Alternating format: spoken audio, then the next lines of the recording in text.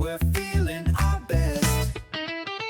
Talking shop, but taking it slow. Crafting life as we go. From laughs to tools, from brews to skies, we're squeezing joy, no need to try. It's life with a twist of lemon. Two best friends and a vibe you can lean on. Tales, ideas, and a pinch of delight. We're bringing sunshine day or night. It's life with a twist of lemon. Two best friends and a vibe you can lean on. Tales, ideas, and a pinch of delight. We're bringing sunshine day or night. Life with a twist. Life with a twist. Life with a twist of lemon. This is life. With a twist of lemon. Stanley, Did you get the picture? I got the picture. Okay. We're starting late because of this hobby of yours, and I just find myself as co-host on all these podcasts where the other co-host doesn't show up on time. Hold up. Is it a hobby or is it a New Year's resolution? Both. Okay. And they don't have to be mutually exclusive. Correct. All right. So you sent me a picture of 2 loaves of bread, which look lighter than I would expect from your normal sourdough recipe. So what kind of bread do you have going on here? When you say lighter, you just mean the color on the exterior? Yes. Yeah. So this one baked at 425 for 30 minutes. And I think that's why it is the color that it is. I think I need a little more heat or even convection going on to get a darker shell. And the sourdough that you've had that I've made before, definitely, well, I did a couple of things differently. One, hotter temp, and I used a La Cloche, right? The little like dome thing. Other people use a Dutch oven or an upside down Dutch oven. Yeah. So that'll help with that crusting too. But this is a King Arthur recipe, to no one's surprise, right? It's their rustic sourdough bread. The reason I like this one is because it uses my sourdough discard, about 227 grams of it. But I also get to use commercial yeast. So you get a little bit of that tangy, that rusticness, but I don't have to wait all day. Because with actual sourdough, right? You feed your sourdough starter, you mix it, and then you wait a lot because the yeast is just not as potent, right? And it takes a little while to do its thing and to perk the dough up and whatnot. And so this one, to be honest with you, with the yeast that I use Saf Instant. I can realistically get it into the oven in between an hour and 30 minutes, an hour and 45, like from the time I start. And so like today, right? I fed my sourdough as soon as I got home from church, and my sourdough has been pretty ripe. I don't know what's going on, but it usually you want like 5 hours for that sucker to perk up, right? So you do the discard, refeed it, and then you watch it go bubbly, and then you use that. At 3 hours, it was game time. Like I could tell that this sourdough wanted to be used. So I discarded 227 grams into the mixer bowl and then started assembling this dough. So I anticipated, to be honest with you, that I would make it after we recorded, but everything moved too fast. It moved too fast. So the nice thing about this recipe is it's just very predictable once you have the discard. So the discard is the variable. And I probably could have waited. I probably could have gone earlier. Honestly, with this one, I probably could have gotten away with using the discard from before I fed it, but they generally say, feed it, have ripe discard when you do it. So there you go. Well, it looks edible. So it's probably going to be edible. The cutting job was totally sloppy. The thing I did a little different this time was I did the fold method rather than just pull it out and make some dough balls. Mm-hmm. So you fold and you rest for 5 minutes or 10 minutes or whatever, and then you fold again. And I did 3 folds. I probably should have done 2. Probably should have rested longer after the first one. Lo and behold. But I will say the other thing that I did a little different from this one is I increased the hydration. So I'm really curious to see what the crumb is like when I get in there. So once upon a time when I was making bread the first time around, there was some no-knead bread that you let ferment in the fridge for a week, and it gave it this nice thing. Yeah, that's fantastic. That I think that's like if you need bread today, it's not your best choice. If you need bread tomorrow, it's an okay choice. If you need bread in 2 to 3 days, it is the best thing that you can do, especially if in 2 to 3 days you have absolutely no time. This is like the magic space for that. So that's King Arthur recipe 2. It's like the no need crusty white bread, I think is what it's called. Sounds right. And you can get like easily 4 loaves, maybe more out of it. It's a huge recipe. But the notion is you let it ferment slowly in the fridge and you scoop out what you want to make a loaf when you need it. Right. So what I've done with this one, and the reason that I like it so much, is I'll make the whole batch, I'll stick it in the fridge. 2 to 3 days later, I'll make my first loaf. 2 days later, I'll make another loaf. Then I'll make 2 more loaves. Right. And so you can just kind of pluck from it. Like we go through bread so stinking fast because I've got 3 kids. But it's so easy. Like you're not going to mess it up. Right. And you get that tang from a sourdough, even though there's no sourdough starter in it. You don't need a starter at all. It's just yeast, but it's that slow fermentation in the fridge. And so it tastes good. And because it's no knead over that time window, it actually gets a pretty crazy gluten structure to it. So it's got some nice pop. I don't like, honestly, everybody should do it at least once. That has been on my mind recently, so I think I need to revisit it. I had forgotten that it made multiple loaves, so that might be even a better reason to make it. But yeah, let me see if I can find it, because it's a huge recipe, man. Like the one I did today, right? I've got 227 grams of starter, right? So that's 50-50 hydration level. But then I put in 600 grams of bread flour. So that's a big loaf too. This one uses 900 grams of unbleached all-purpose flour. That's the other nice thing about this too. You don't have to have bread flour. Some people don't have bread flour, blah, blah, blah. You can just use the unbleached all-purpose flour. So here, I'll drop the recipe link in our our messages.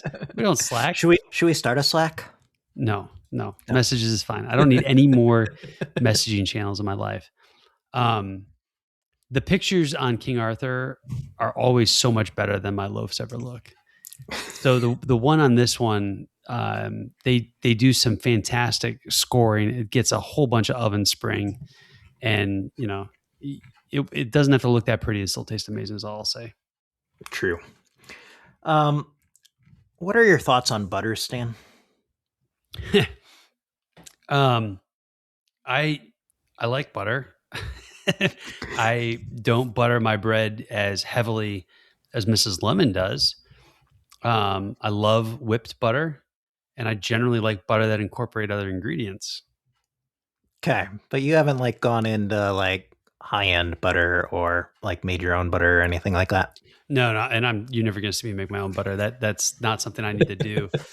What I will tell you is like I definitely appreciate a good butter. Again, I have 3 kids. We go through a lot of butter. So you would have to hide the good butter. Got it. Exactly. Right. And that, like, is that worth it? So what I do, and actually Mrs. Lemon, she buys the spreadable butter she buys is salted, like lightly. But I like to put kosher salt or sea salt, like some big granular salt, very lightly on top of the butter that I use. Okay. I ask because I've found myself deep in the rabbit hole of Instagram Reels from this one place called the Cheese Store of Beverly Hills. Maybe I've sent some of these to you. But it's amazing. This does not ring a bell. It makes me want cheese. It reminds me a little bit of the Penn Mac Company and Cheese Nirvana. But one of the things they carry is this Maison Bordier butter, which I have never had, but it's like made in this old way, and they talk about how it's the best butter you'll ever have. So I'm intrigued. Okay. And I've thought about buying this, especially as I get back into bread loaf making. You totally should. Here, again, like I have not personally purchased expensive butter, but to harken back to the cruise, on Enchanté, they make a big deal about the butter that they serve you. And it is really stinking good. It's also not salted, and they give you some special, like it fell off a Frenchman's beard on the seashore kind of sea salt or something, right? Like it's, which is where I got the idea to do that at home. But that's Ooh, you just sent me the link here. Should I buy some butter, John? Maybe. If I bought We should- butter, if I bought this butter, would you come visit me? I need to come visit you. I don't have a ton of PTO saved up, but I'm just wondering, like, would this sweeten the deal? No, it's Yes. make it more savory. well, there's different flavors too. I would think in just some kind of semi-salt or something like that. Seaweed Bordier butter. Oh, there's black truffle there, Stan. Yeah, that probably costs a small fortune. So remind me again, how did you find Maison Bordier? So it's called the Cheese Store of Beverly Hills, and they like post stuff on Instagram all the time. Well, this is fascinating. I don't see a way in which I can order some. Oh, then we got to go to a different link, Stan. Here, there's a find our products link. Find a retailer in France. Okay. Yeah, these locations are not in the US. So here is a website that it looks like you can buy and ship it to you. Did you ask ChatGPT about this, or are you actually using Google old school style? I used the Google. You used the Google, and not even the AI like Google, like actual No, Google search result. The sponsored products are what came up first, and then it was the first thing that showed up there. The French Pantry CA.com. Is the CA for California or Canada? What do you think? My guess would be California. My bet is Canada. I think they care more about their butter than Californians. Wow, this place has got a lot of stuff, man. But I'm not finding out what the CA means. This is fascinating to me. This is just the first result, and you just let me ask you. First result in the sponsored. In general, when you Google search, focus on West Coast. It is from California. All right, there we go. So the French Pantry, California.com. Do you trust your first Google result when you get it? I mean, I look at it discerningly. So do you trust it more or less than the first thing that ChatGPT gives you? Probably more. Oh, interesting. So the algorithm is still superior to the robots. I would say probably. Ooh, John. Can we order directly from the cheese store? I couldn't figure out how. Oh, the place that you're watching online? Yeah. I don't know. That was soft cheeses. It always fascinates me, the YouTube that you get yourself into. I know. in the Instagram, like all of it, like you find stuff that's legitimately interesting. And I get on and I swear to you, it's like memes about being old and like being terrible at exercise. That's all. And like when I get on YouTube, it's actually worse because most of it is like, hey, did your hemorrhoids not heal after your last run? Check out this cream, right? Like that's my YouTube, which disincentivizes me to spend time on YouTube. This also shows how very different we are, Stan. Probably. I don't get anything like that. The reality is I probably clicked on a hemorrhoid link on accident in like 2007, right? And it's followed you this far? It's followed me this far. Stan, I think we can buy this butter from the cheese store. All right. So here, first you got to send me a video that I should watch. Okay. And I am willing to give this a shot. All right. I'll find you some good cheeses that you should buy so that, you probably get free shipping if you order enough. Perfect. And I'll supply the wine. I've got some wine. I actually have, I have some more wine that I would like you to try. I did secure, I can't remember if I said this in the last episode. I did secure some of the Robert Mondavi that I was in search of. Nice. Yep. Yeah. I think it's actually a few years younger than the bottle I had on the boat. So I got 2 bottles, right? One to try and then one in case I really like it. Otherwise it goes into the gift pile. And it looks like you got 6 of my bottles left. I think that's correct. Yes, I have 6 bottles. I sent you. So I had You're running out of room again. I'm running out of room, but I've got room and I need to stock it. So what happened was I had ordered from Wall Street Journal and then I got my Discovery box, and one box came while I was on the cruise. The other box came while I was in Chicago, and I think the third box, because the third box just had 3 bottles, and I think it was like an add-on or something. So in total, we're talking about, let me think here, 30 bottles. I had 30 bottles that I was waiting to be delivered. It took over a month because for whatever reason, Wall Street Journal does not use FedEx in Indiana. They do in Iowa. Yeah, this is killing me. They use this thing called Wine Direct, which is fine, but apparently they only drive down to Indianapolis once a week from Fort Wayne, and not even every week, which is so dumb.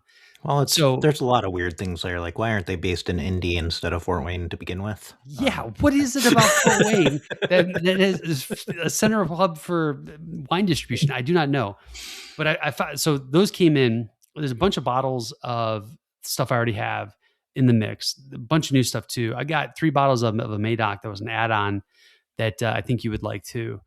So anyhow, I racked all those today and I recorded them in the Cellar Eye app that I use. So I've got the whole enchilada, and yes, the racks look particularly full. I get a sense of pride when I look at those 2 racks and I see all of them there waiting for conversation, because that's what wine does. Wine doesn't wait to be drunk; it waits for conversation. Does Mrs. Lemon talk about wine with you? Just enough so that I open the bottle. I mean, like here's the reality. Okay, so Mrs. Lemon knows that I believe that wine requires good conversation, and so she humors me long enough to make sure that I uncork it, that I pour it, that I try it, and then she's basically like, "Leave me alone. I'm just going to drink my wine." Right? Okay. So this is a good segue into. But she doesn't poke fun at you anymore. Oh, she absolutely. Are you kidding me? Are you kidding me? Yeah. I'm the punchline to every joke that Mrs. Lemon has. That's the reality. It's okay. I'm embracing it. 20 years into this mess, like, what are you going to do? Right. No. Okay. So funny enough, something that we did this week, Mrs. Lemon and I, last Thursday, we did a wine tasting through NPR. So the National Public Radio, you've heard of NPR, right, John? Yes, I have. Are they still funded? They're not, which is why they're doing events like do a wine tasting with Rick Steves. Do you know who Rick Steves is? I do not. Okay, so he's like he travels Europe a lot, right? Wrote some books, has had some shows. Must be rough. Yeah, I know, right? Yeah. Well, you know what? Look, you read the internet. Apparently, like, didn't have a great relationship with his kids. He's divorced. Like, there's a cost to spending 50 days at a time in Europe writing tour guides, right, by yourself. But he used this thing called In Good Taste. So ingoodtaste.com. Did I send you a link to this? Maybe. You've sent me lots of things recently, Stan, across multiple different and you've platforms. been sick. We should talk about that too. So In Good Taste gives a sampler 6 or 12 bottles. Each bottle holds exactly 1 glass, kind of like the Advent calendar thing. But they do it around themes. And I'm going to be honest with you, this was fantastic. Like, we had a really good European wine collection. I actually started with a white Bordeaux. There were 2 whites, 4 reds. White Bordeaux, there was a rosé. There was a Pinot Noir cab, a Tempranillo. It was a good spread, right? And all good wine. Like, there was nothing that I was like, oh, this is terrible, right? And then for 2 hours, Rick Steves and a guy from In Good Tastes talked about it on Zoom. I will say 3 glasses of wine, because I split it with Mrs. Lemon, 6 bottles, 3 glasses. That's like 2 hours is a little long, to be honest with you. but we did it and it was fine. I enjoyed it though. And I would actually recommend this ingoodtaste.com to anybody who just wants to try some different wine. Like, I think this is actually a pretty decent way to enter in. But all right, this is the long way around. So I believe, right, wine is waiting to be open for good conversation. And Rick Steves kept talking about conviviality. Now, I've never watched his show. Apparently, like, this is something he says a lot, but conviviality being like friendly, sociable, welcoming. It's like festive gatherings, shared meals, cheerful company, that kind of thing. So now I'm like, this is the wine word, conviviality, right? So how does this differ from the German word Gemütlichkeit? Funny you say that, because someone in the Zoom chat with this event the other night brought that up. I think it is very similar, although here's what I'll say. So conviviality, I think it's quite literally like to live with, right? From the Latin, or Italian's got a very similar deal. I think it's a little more I don't want to say bougie, but a little more like sophisticated than Gemütlichkeit. Because I think Gemütlichkeit is not so much like, I don't think it has anything to do with the thing you're drinking, right? Like nobody's like, let me taste this fine beer and compare notes on the beer. That smells like hops, right? No, I don't think that's in Gemütlichkeit. I think Gemütlichkeit is like a bunch of friends kicking back and having a beer and like enjoying life in the moment, but less about the thing you're drinking. And I think actually conviviality, and I could just be making this up, but I think conviviality incorporates. No one would be surprised by that. Yeah, I know, right? I think conviviality, the spirit of it, includes the thing being drunk. I'll allow it. So suffice to say, we had a very convivial, I don't think that's a word, experience. It was good. Yeah, I would recommend it. So apparently NPR does this every year too, which I didn't know. And I think, as you can imagine, the guy from In Good Taste was a sommelier, right? And Rick Steves is not a sommelier, but he's traveled the world. And so basically you had the sommelier talking about the wine and Rick Steves talking about the place of the world that it was from. So it's kind of cool, right? To like listen to that, and Mrs. Lemon and I are like, oh yeah, we get that smell or that note or whatever, and kind of rolled with it there. Well, sorry I couldn't join you. Maybe next year. You were knocking on death's door, and I keep meaning to ask, like, how are you doing? Because you completely fell off the radar, right? You went dark. You slept for like 36 hours or something. No, it wasn't 36 hours at the one time. I actually, to my downfall, fought through work days. But the one day I went to sleep immediately after work and slept until the next morning. So. All right. And are we talking fever territory, or like this is, gastrointestinal issues? A little bit of both. Some kind of virus for sure. Started Tuesday evening. I wasn't feeling great. Wednesday, I was for sure knew I was sick, and didn't really feel human again until today, Sunday, when we're recording. I have not eaten a whole lot of substance since Tuesday. So I'm hoping to have a good dinner here. So when I was a kid and I would get violently sick, the thing that would cure it was a Chicago style hot dog. Yeah. A little place called Happy House in West Chicago. And it was like I would find myself even more quickly healed if I could get one Chicago style hot dog and one chili cheese dog. That does not sound appetizing at all to me right now, Steen. What about a charcuterie board? Some fatty cheese and some really fatty meats and some crackers and maybe some wine. Possibly. See, at our age, John, that sounds good all the time, right? Yeah. So yeah, rumors of my demise have been somewhat exaggerated, but it was not fun, and I recommend you stay healthy. And I probably should go on the Stan Lemon nutrition and fitness plan again to fight off illness. So. Listen, man, I got pretty nasty sick back in the winter, so I don't know that it actually does anything. Yeah, all lottery. Let me ask you this: did you have a moment where you're like, I should have washed my hands at point X in time? I did not, but I've been trying to think where I picked this up. And like it was either church or work, because I don't go anywhere else, Stan. It's always church for me, right? And like I always know exactly when it happens, right? It'll be like there's a school function at the church service, and like everybody's coughing, sniffling because kids don't wash their hands, they eat their own boogers, and the only thing grosser than a small child is their parent, right? Because half that gooby gobbledygook blah is actually being wiped onto them, and their lives are too busy to slow down. Like we probably had a pandemic because of small children's parents being gross. but seriously, like I always play this game. Like, where did I get sick? What was I doing? And I'm 99.9% of the time, I'm fairly certain it was from church or my kids' co-op that they go to, right? Because they're just walking cesspools. Even as old as they are, at 16, 14, 11, they're still walking cesspools. Healthiest of my life were the couple of years before Lucy was born. Oh, it's great. I was out of school, she wasn't around, and like there was a little like iron wall around my my constitution. And you worked from home. And I worked from home. Yeah, it was perfect.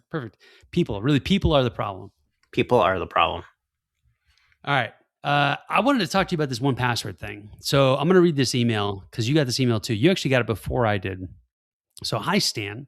Since 2005, by the way, were you a 1Password subscriber or? I was not. Okay. So No. I think the iPhone came out, what, 07? 07 or 08 is when I joined the 1Password ecosystem. So I was a few years late, but not too late. All right. It's been a long time. Much earlier than me. One of the first applications that I bought for the iPhone. Since 2005, 1Password has been on a mission to make security simple, reliable, and accessible for everyone. As the way people work and live online has evolved, so has 1Password. That's a question I want to talk about, John. Has 1Password evolved? All right. More recently, we've invested significantly in new features that make 1Password even more powerful and effortless to use, helping protect what matters most to you. All right. Then they list a couple of features. And I wanted to know, John, if you have noticed these features. Okay. Are you going to read the features? Yeah. First and foremost, automatic saving of logins and payment details. I would not say that I have noticed this because I get prompted by like 3 different things now to save the things. Okay. Automatic saving of logins, I definitely notice. Payment details, I can't say that I have. But I was thinking about this. Automatic saving of logins, that's been around forever. Like, that's not a new thing. Okay. All right. Second one, enhanced watchtower alerts. I have not gotten any watchtower alerts or gone to look for them either. Ever. Have you ever gotten them? I have in the past. I have not recently. Okay. I cannot say that I have ever gotten a watchtower alert proactively. I do click on the tab periodically. Do you want to compare watchtower scores? I think this would be interesting. We can try. All right, let's do this. What's your watchtower score, John? I will tell you that mine is 1,140. You know this off the top of your head? No, I pulled it up in preparation for this discussion. I've been thinking about this all day. What's the fastest way to get there, Stan? Because it's not You from open the up browser 1Password, extension. click on Watchtower, and it's. Do you not use the app? I don't. Well, I use the app on the phone. So wait, hold on. On your Mac, do you not have it installed? I'm sure I have it installed because it has to power the extension. Well, if you're using Chrome, you actually don't need the app.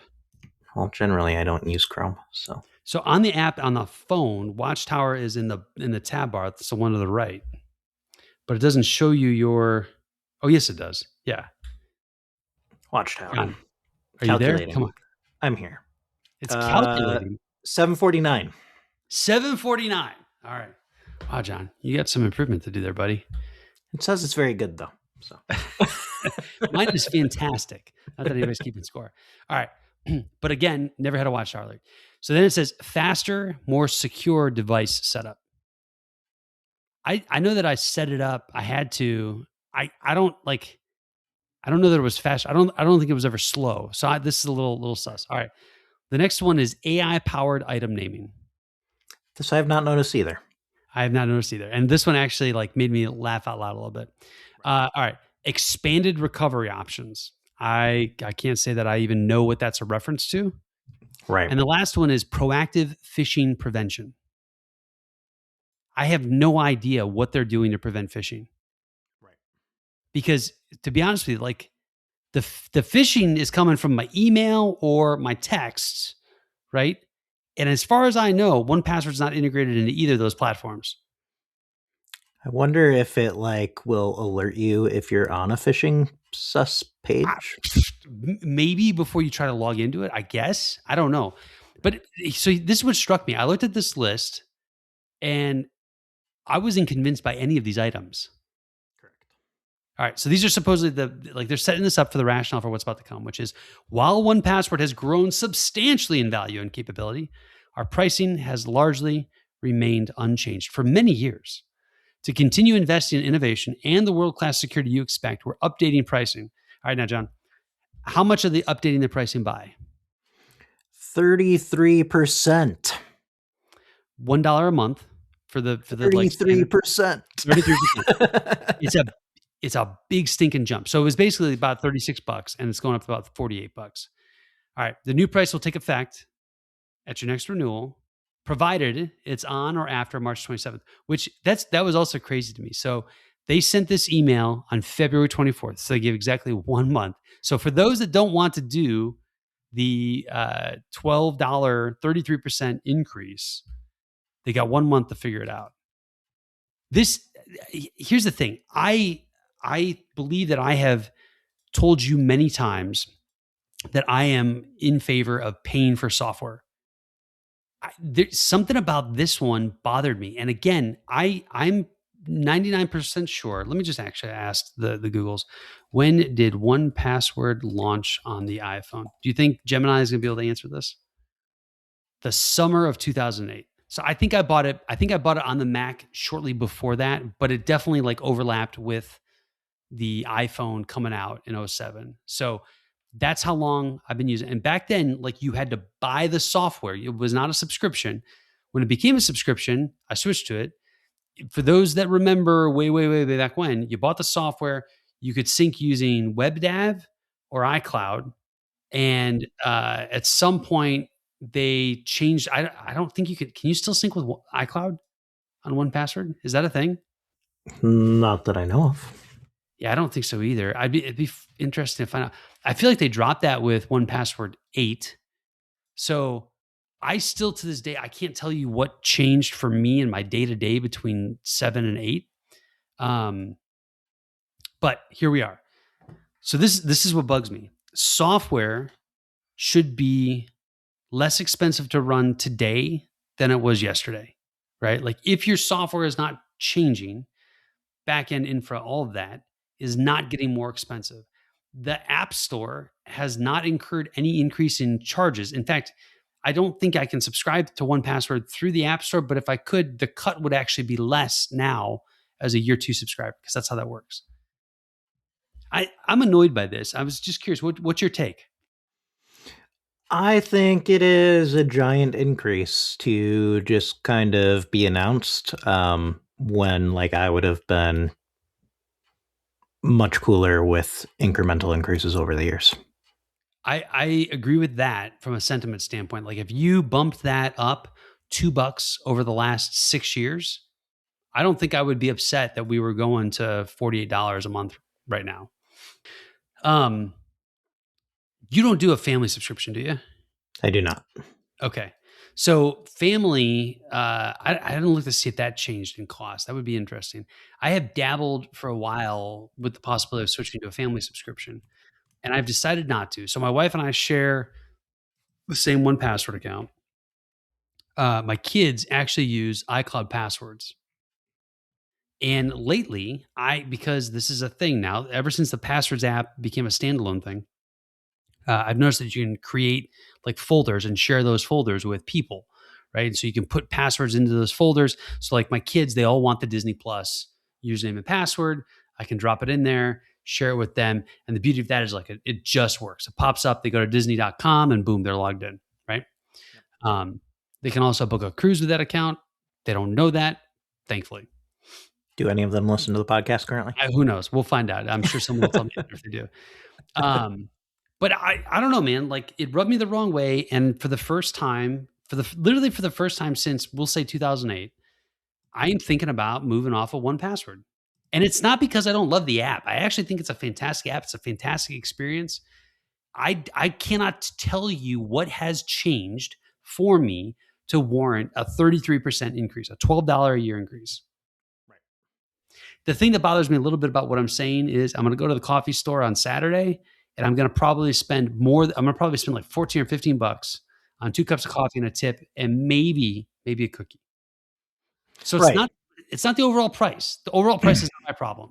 It's the positioning. Positioning. You give me a list of things that honestly I think have been either around for a while or have not materially improved your application. It's just a bad look, man. It's a really bad look. And then at like 33% at one time seems steep. So are you thinking about changing? Are you thinking about I really am, especially since like the market, like I could just switch everything to iCloud now. Yeah. this is what I keep looking, because when they split out that passwords app, they made it a separate thing. They decided to treat it like a thing they care about rather than just being buried in the keychain. And to be honest with you, the keychain was always quite good, right? Oh yeah. But yeah, it's definitely better. Now, here's where there's different categories of content in 1Password that don't quite fit into the passwords app. So there's a gap there. I also don't know if you can do arbitrary fields in the passwords app like you can. Maybe you can. I just don't know it. How often do you use those though? So for me, it'll be like an API key or a PIN in addition to my credentials, or when I've been like a restoration, like a backup recovery key, like those kind of things. That's when I use it, right? And maybe I can just stick it in notes and it'll be fine.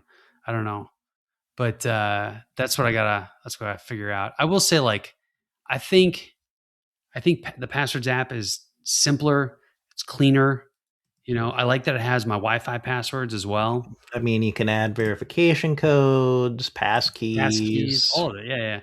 And it does this is interesting too. It does have security recommendations, right? Right.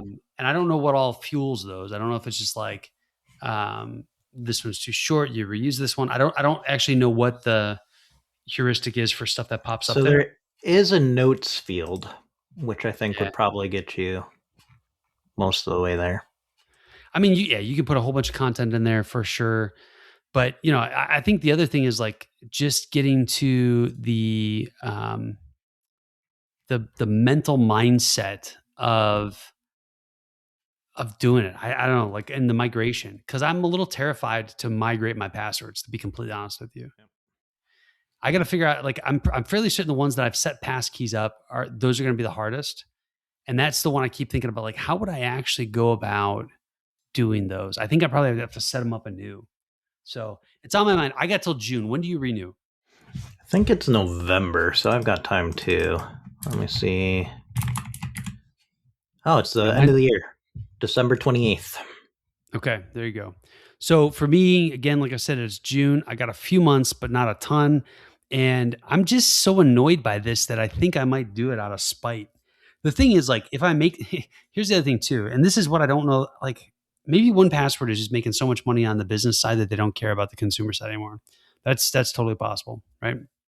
But if people make this switch, and if in particular they make this switch over to something like iCloud that is free, or if you're in Chrome and they switch to Chrome, the Google Password Manager, right? Like, you're not recovering that revenue ever.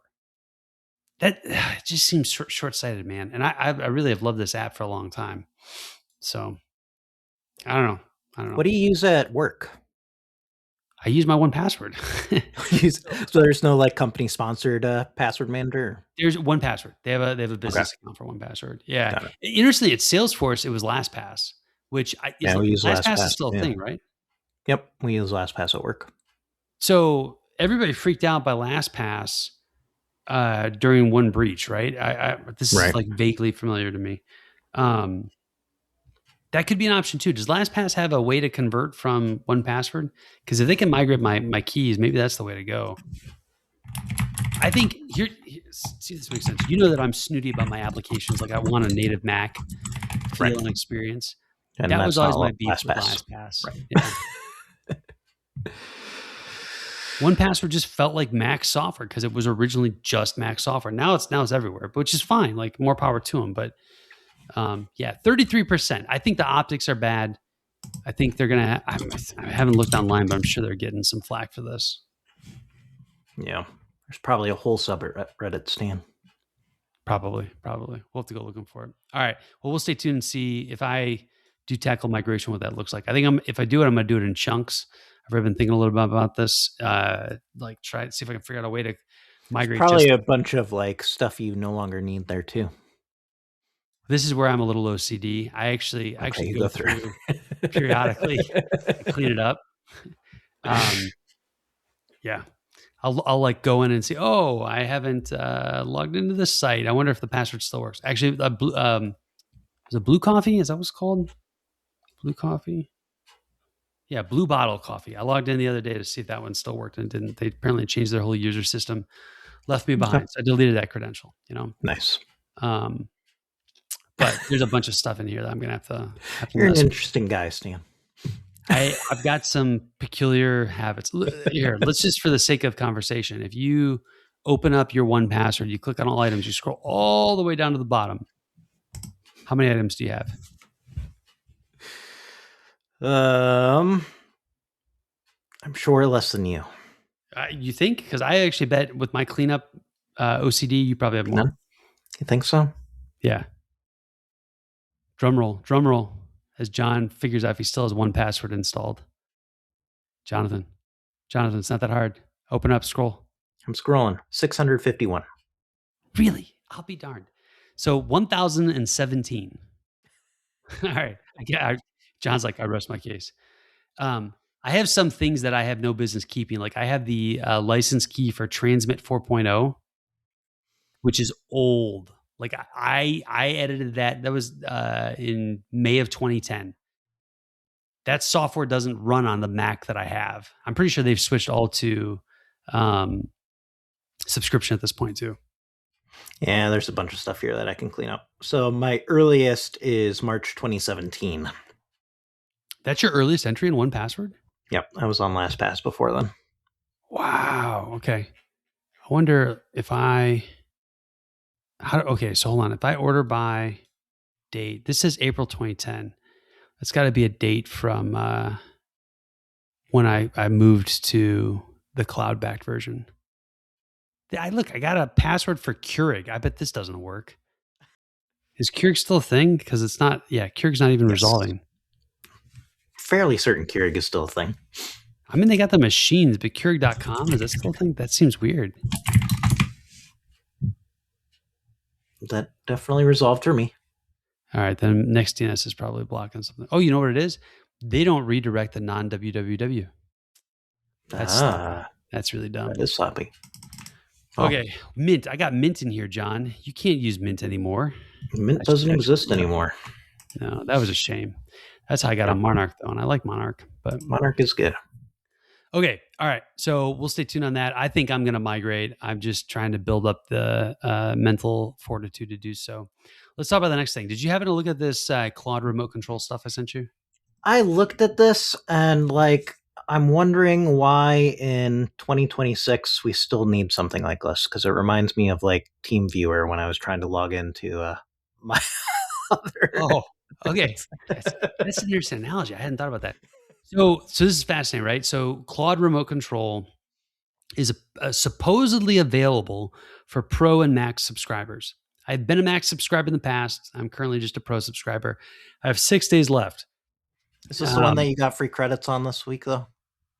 Well, Which one reset early? I had free credits when Opus 4.6 was released, and I burned through those quick.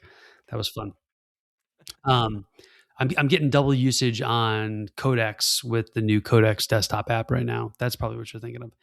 But Claude Remote Control is supposedly supposed to let me use Claude.ai, the website, to check on my, Claude code sessions on my laptop. And Claude does have a in the cloud version, and it's okay. I'll be honest with you, I've had some really mixed results with multi-turn stuff. So I very rarely open up Claude Code and one shot a prompt and it's done and I'm good to go. Right. The other thing is, because I'm doing, and this is why I'm excited about it, because I'm doing Swift development, principally iOS development, none of the hosted products, this goes for Claude, this goes for Codex, run Mac servers. Even GitHub Actions, if you want to run a Mac server, is a stupid expensive per minute rate. It's 100 times more expensive for per minute runtime on GitHub to use a Mac than it is a normal Linux box, right? So I looked at this and I was like, oh, how cool would it be if I could kick off a session, go drive my kid to gymnastics, and then when I drop her off, park for a minute to see how the session is, do the next turn, and then drive home. I thought that'd be cool, right? But I have not been able to get this to work. Every time I try, it says it's not available.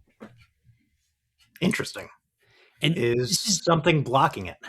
Well, I'm guessing it's a rollout problem. Like, I'm sure a bunch of people are excited about this, and this is what I wanted to talk about. Like, I think this goes back to my Codex, Apple Health, not Codex, sorry, ChatGPT, Apple Health integration, which, by the way, still on the wait list for, still don't have. um, they're rolling features out so stinking fast, but they don't have the scale to support them. That's my guess, right? Based upon just how this rollout's going. So they make a big announcement. They're going toe to toe. It's like the browser wars or the Mac PC wars, whatever you want to call it. But they're not available to everyone. And I think this is a stupid strategy in Well, and general. I think that like that's kind of your jam too, is being right sized for demand. Right? Like that goes back Right to when size you for first demand, tried to quality. stream things. Like Yeah. Oh, back in the day, those are good times. Here's this resonates with me a little bit because over winter break, the exercise app that I've been building now for a few months and I use it every day. Um, I went like through crazy feature succession over winter break. And I was like, build this feature. And it did. And it like would push it up and I would use it the next day and I was excited about it. And day after day after day, right? My winter break was just crazy. And I would review some of the code, but I wasn't like steering the architecture with a close eye. And as I've had less credits and less time, because I'm, the winter holidays, both Anthropic and OpenAI were giving stuff away like candy. But also I had more time. I've slowed down. I've been able to look at like some of the code that produced and also address some bugs that I found along the way. And it's not been great code, John. It's not been great code. Some of it's fantastic, but other parts, like things that were big and already out of control, they got really big and out of control. And so I've been spending a lot of time just doing like architectural refactoring of the application. And this got me to thinking, like, is my problem why I am not able to use Claude Remote Control or ChatGPT, Apple Health integration? is your problem this? Yeah, like from a philosophical standpoint, right? Like, are these tools making the output so easy that sometimes we just want to move fast, right, to get the next thing without paying attention to the quality, the structure of it, right? Um, I think intentionality is maybe one of the big missing pieces to how we're using these tools right now. I think there's that. I think that it also kind of mirrors probably your life as a developer too. Like if you go back to high school, it's like it was so cool that you could make something work that it worked. And now you would cringe if you saw what you wrote back on. You probably still have Oh, some of what you wrote back on. yeah, 1000%, 1000%. I had some cool ideas back then, though. I won't lie. Blog STL, that was ahead of its time. Oh, absolutely. Yeah, I think there's something to that. I think though also like I don't know if your LinkedIn looks like this, but my LinkedIn is AI going to replace our jobs, right? As software engineers, is this what your LinkedIn looks like? I definitely get a lot of that. Okay, so software engineers are freaking out, and I saw someone today talking about it's not going to replace the principal engineer; it's going to replace the junior engineer. I'm not sure that's true because you don't get principal engineers unless you have junior developers or junior engineers. Or like there's It a kind of raises the bar there, probably. yeah, it does, But I think and I was talking with Lucy about this because she's got a debate project for school about the impact of automation, right? The effects of automation, like is automation good or bad? And I told her, zoom out and set technology, like set computers aside for a moment. Let's talk about technology elsewhere, right? Like, what about in the production of the automobile, right? Did technology help there? And she said, well, yeah, of course, because everybody knows about Henry Ford, right? All that. But I said, well, what about Amazon? Because Amazon notoriously has the robot arms, right? The pack, Yep. right? Are like, did automation help there? And here's the juxtaposition of it too. Did it create more jobs or did it take away more jobs? How many people do you know who work for Amazon in some capacity right now? Right. You know, I would argue that like the automation that Amazon did made it possible for more jobs to exist for the things that automation couldn't do. And I think that's going to be true with the AI bit. In the fullness of time here, we've got a curve to adjust. But then we were talking about, or we were watching Downton Abbey, right? And do you remember in season 4? The whole thing is about how does this whole class of people like become obsolete? So. It does. But there was a particular episode in season 4 where a mixer, Daisy, gets a mixer. Oh, yes. Mrs. Patmore's freaking out, right? Yep. And I didn't write it down, but there was some line to the effect of like, do you think we're going to bake less bread because of the mixer? Right? It's like, no, you probably bake more, right? Which means the folks who are using it, like their jobs aren't going away just because you don't need the bread. And then funny enough, Mary Smith's character, there's a moose or something, and she was like, wow, this is so fantastic. This is the best moose. It was because the mixer whipped it, right? And I think about that, like that is the moment we're having with AI right now, right? So it's Mrs. Patmore looking at the mixer, thinking that her job is going to go away. And in reality, we're just going to have more fantastic things, right? And the nature of the jobs we have will change. I think I'm with you. I think that I also, like, my reaction is, for the most part, America's relationship with work is not overly healthy. So I would kind of like to see us work less. I think that would be fantastic. I don't know how we get there because, to say it's unhealthy is maybe an understatement. But we should hopefully be able to yield more productivity, more economic benefits for individuals, not just big companies, right? Yep. And spend more time doing things that are not work. I think that is true. Whether or not Americans, are competent enough to do that, it remains to be seen. We'll see, but yeah, I don't know. John, let me ask this: in our lifetime, do you think you will see something less than the 40-hour work week? Probably not widely accepted. No. Do you think you will see the option for a shorter work week that makes less money?